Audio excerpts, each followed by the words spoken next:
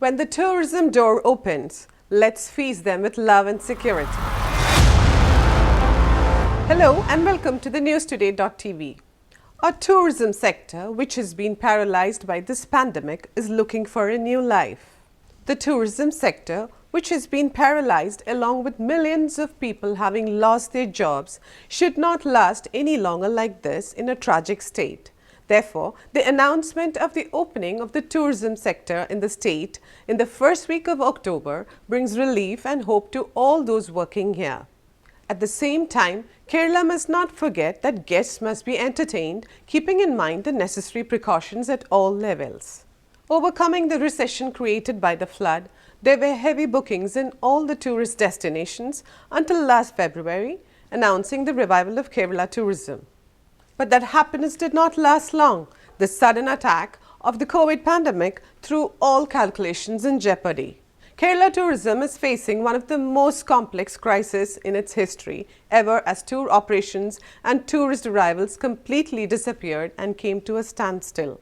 By the end of July, the Federation of Associations in Indian Tourism and Hospitality estimated that the tourism industry in India incurred a loss of 15 lakh crore rupees during this COVID period. Despite the estimated loss of 5 lakh crore rupees in March, when the situation was getting worsened, the Federation of Associations in Indian Tourism and Hospitality, a high-powered committee of major tourism organizations, decided to update its figures on the losses. The airline industry, travel agents, hotel and tour operators, restaurants at tourist destinations, tourist vehicles and guides were all included in different sectors while calculating the loss. It is also estimated that a total of 4 crore jobs will be lost in the organized and unorganized sector of the tourism this year alone.